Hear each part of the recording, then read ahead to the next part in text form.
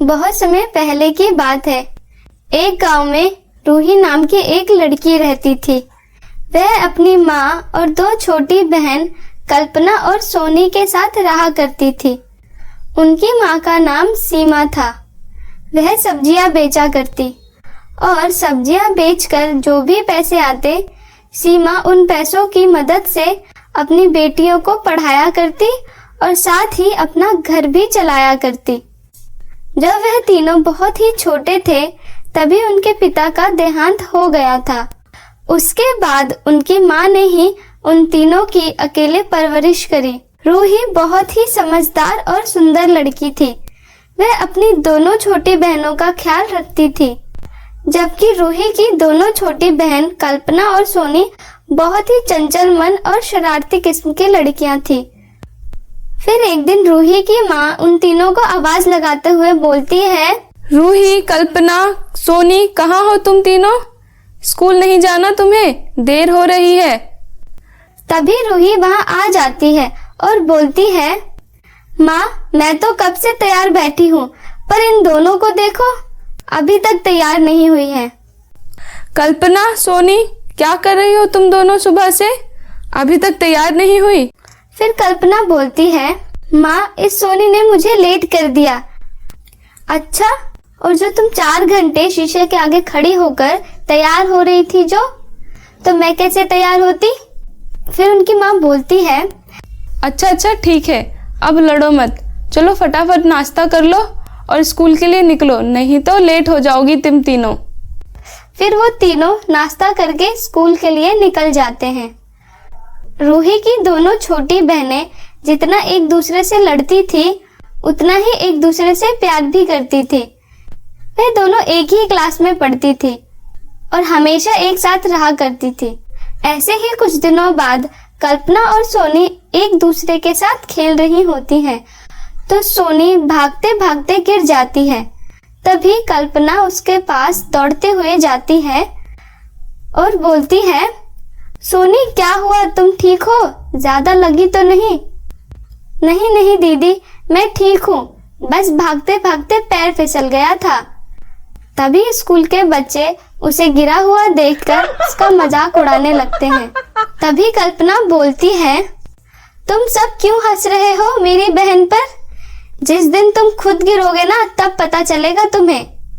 तभी एक लड़की बोलती है, हम अंधे नहीं हैं जो गिरेंगे, बस थोड़ी सी बच गई, नहीं तो पक्का नाली में जाने वाली थी तेरी बहन। यह सुनकर कल्पना को गुस्सा आ जाता है और वह उस लड़की को धक्का देकर गिरा देती है और बोलती है, अब पता चला कैसा लगता है गिरने के बाद। तभी रूही वहां आ जाती है और कल्पना को धक्का देते हुए देख लेती है। फिर वह कल्पना और सोनी के पास जाती है और बोलती है, कल्पना, सोनी, ये क्या कर रही हो तुम दोनों?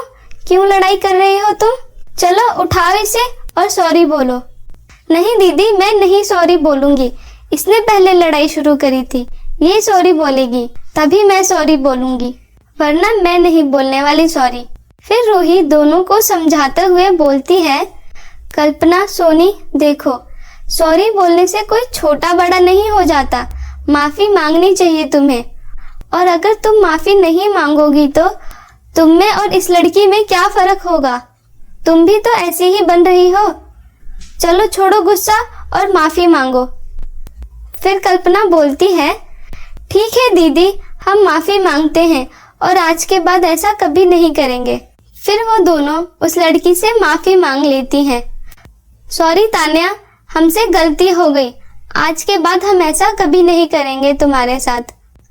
फिर तान्या अपनी गलती मानते हुए बोलती है, नहीं, तुम क्यों माफी मांग रही हो? गलती तो मेरी भी है, मैंने ही सबसे पहले तुम्हारी बहन सोनी का मजाक उड़ाया था, मुझे भी तुम दोनों माफ कर दो। रूही हमेशा इसी तरह उन दोनों का ख्याल रखा करती थी। वह एकदम माँ बन के उनका ख्याल रखती थी। ऐसे ही कुछ दिनों बाद जब रूही की माँ घर वापस आ रही होती है तो उसका एक्सीडेंट हो जाता है और एक्सीडेंट की वजह से उसके माँ के सर पर गहरी चोट लग जाती है। वहीं के कुछ लोग रूही की माँ को उठाकर हॉस्पिटल ले जाते हैं जब ये बात तीनों को पता चलती है तो वह भागे भागे हॉस्पिटल पहुंचते हैं।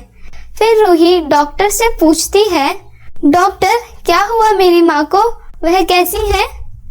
डॉक्टर बोलती है, देखो रूही, तुम्हारी माँ का बहुत बड़ा एक्सीडेंट हुआ है और एक्सीडेंट में उनके सर पर गहरी चोट आई है, जिसके कारण उनके सर में ब्लड जम गया है। हमें जल्द ही उनका ऑपरेशन करना होगा, नहीं तो तुम्हारी माँ को जान का खतरा हो सकता है। फिर रूही डॉक्टर से बोलती है, नहीं नहीं डॉक्टर, आप ऐसा मत बोलिए, आप बताइए कितने पैसे लगेंगे ऑपरेशन में, मैं लेके आऊंगी। फिर डॉक्टर बोलती है, रूही तुम 4 लाख रुपए काउंटर पे जमा करवा दो, फिर हम कल से तुम्हारी माँ का ऑपरेशन स्टार्ट कर देंगे। ठीक है डॉक्टर, मैं पैसे शाम तक जमा करवा दूंगी। फिर तीनों वहां से चले जाते हैं।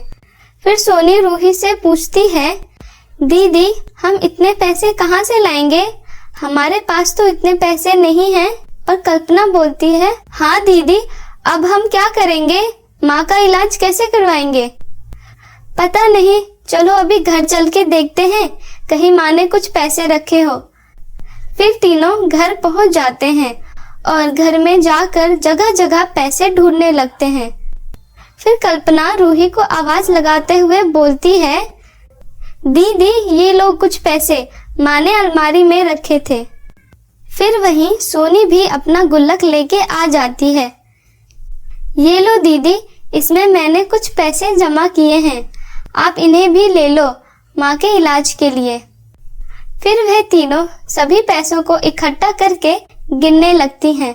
फिर कुछ देर बाद रूही बोलती है, अरे ये तो सिर्फ 10,000 रुपए ही हैं, ये तो बहुत ही कम है माँ के इलाज के लिए, इतने पैसों से कुछ नहीं होगा, हमें और पैसों की जरूरत होगी। तभी कल्पना बोलती है, दीदी क्या हम हेमा आंटी से कुछ पैसे नहीं मांग सकते, शायद वो हमारी कुछ मदद कर दे। फिर रूही बोलती है, हाँ हाँ ये सही रहेगा, चलो हम हेमा आंटी के पास चलते हैं। फिर वह तीनों हेमा आंटी के घर चले जाते हैं। आंटी क्या आप हमें कुछ पैसे दे सकती हो, हमारी माँ का एक्सीडेंट हो गया है, हमें पैसों की जरूरत है, हम जल्दी ही आपको आपके पैसे लौटा देंगे। फिर आंटी उन्हें डांटते हुए बोलती है, मैं तुम तीनों को 1 रुपया भी नहीं देने वाली, तेरी माँ ने तुम्हारी पढ़ाई के लिए वैसे ही मुझसे बहुत उधार लिए हुए हैं, वो तो अभी तक दिए नहीं गए और ऊपर से तुम और पैसे मांगने आ गई हो। चलो निकलो तुम तीनों यहाँ से, दोबारा मत आना मेरे घर पे, मैं तुम्हें एक फूटी कौड़ी नहीं देने वाली। फिर वह तीनों वहां से उदास होकर चले जाते हैं। वह तीनों बहुत लोगों से मदद मांगते हैं पर कोई भी उनकी मदद नहीं करता। फिर वह तीनों उदास होकर एक जगह बैठ जाती हैं। तभी कल्पना बोलती है, दीदी अब हम क्या करेंगे, अब हम माँ का इलाज कैसे करवाएंगे? फिर रूही उदास मन लिए हुए बोलती है, पता नहीं छोटी, अब तो मुझे भी कुछ समझ नहीं आ रहा कि अब मैं क्या करूं।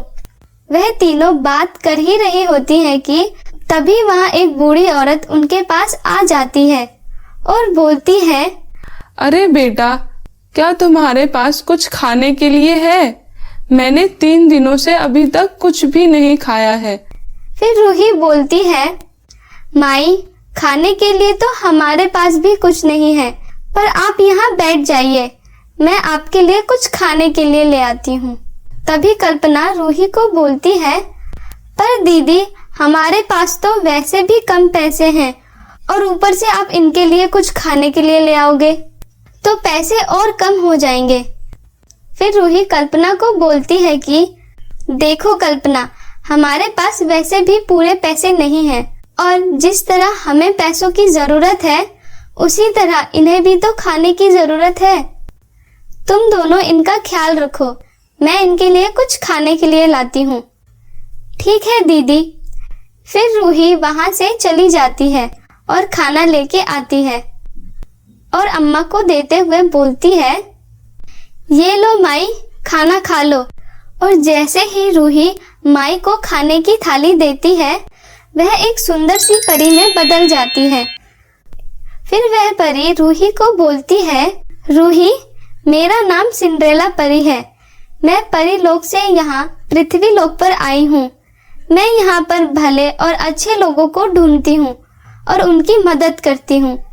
और तुम तीनों बहनें बहुत ही भली और अच्छी लड़की हो। मैं तुम्हारी माँ के बारे में जानती हूँ। तुम्हारे पास इतने कम पैसे होने के बाद भी तुम तीनों ने निस्वार्थ भाव से मेरी मदद करी। इसीलिए मैं तुम्हें ये 3 लहंगे के घर देती हूँ। पर इन तीनों घरों में से तुम्हें सिर्फ एक ही घर मिल सकता है और वह तुम्हें खुद ही चुनना होगा। फिर सिंड्रेला परी वहाँ 3 लहंगे के घर प्रकट करती है और लहंगे के घर के बारे में बताते हुए बोलती है, ये देखो रूही, ये पहला घर है। इसमें तुम्हें हर तरह की चीजें मिलेगी जो तुम चाहोगी। इस घर में सभी ऐशो आराम की चीजें भी उपलब्ध हैं। और ये देखो रूही, ये दूसरा घर है जिसमें हर चीजें सोने की है और इसमें खूब सारे धन दौलत भी है। और ये तीसरा घर है, इसमें तुम्हें 4 लाख रुपए मिल जाएंगे तुम्हारी माँ के इलाज के लिए। तो बताओ, तुम्हें इन तीनों घरों में से कौन सा घर चाहिए? तभी रूही सिंड्रेला परी से बोलती है, देखिए सिंड्रेला परी, मुझे ज्यादा कुछ नहीं चाहिए। मुझे तो बस अपनी माँ का इलाज करवाना है। तो आप मुझे ये तीसरा वाला घर दे दीजिए और मुझे कुछ भी नहीं चाहिए। फिर सिंड्रेला परी बोलती है, रूही, तुम तो साफ दिल की लड़की हो। तुमने बिल्कुल भी लालच नहीं किया और जितनी पैसों की तुम्हें जरूरत थी तुमने सिर्फ उतना ही लिया। इसीलिए मैं तुम तीनों को ये जादुई 3 लहंगे का घर देती हूँ। इतना बोलकर सिंड्रेला परी वहाँ से चली जाती है। फिर वह तीनों जादुई लहंगे के घर से पैसे लेकर हॉस्पिटल में जमा करवा देती हैं और अपनी माँ का इलाज करवाती हैं। कुछ दिनों बाद उनकी माँ बिल्कुल ठीक हो जाती हैं और उन्हें हॉस्पिटल से डिस्चार्ज भी मिल जाता है। फिर वह तीनों अपनी माँ को उस जादुई लहंगे के घर में ले जाती हैं। तो मेरे प्यारे दोस्तों, कैसी लगी आपको हमारी ये कहानी? प्लीज कमेंट करके जरूर बताएं और इसे अपने दोस्तों के साथ भी जरूर शेयर करें। और हाँ दोस्तों, अगर आपने अभी तक हमारे इस चैनल को सब्सक्राइब नहीं किया है तो प्लीज नीचे लाल बटन दबाकर अभी सब्सक्राइब कर लें। तो मिलती हूँ आपको किसी नई कहानी के साथ। तब तक अपना ध्यान रखें। टाटा।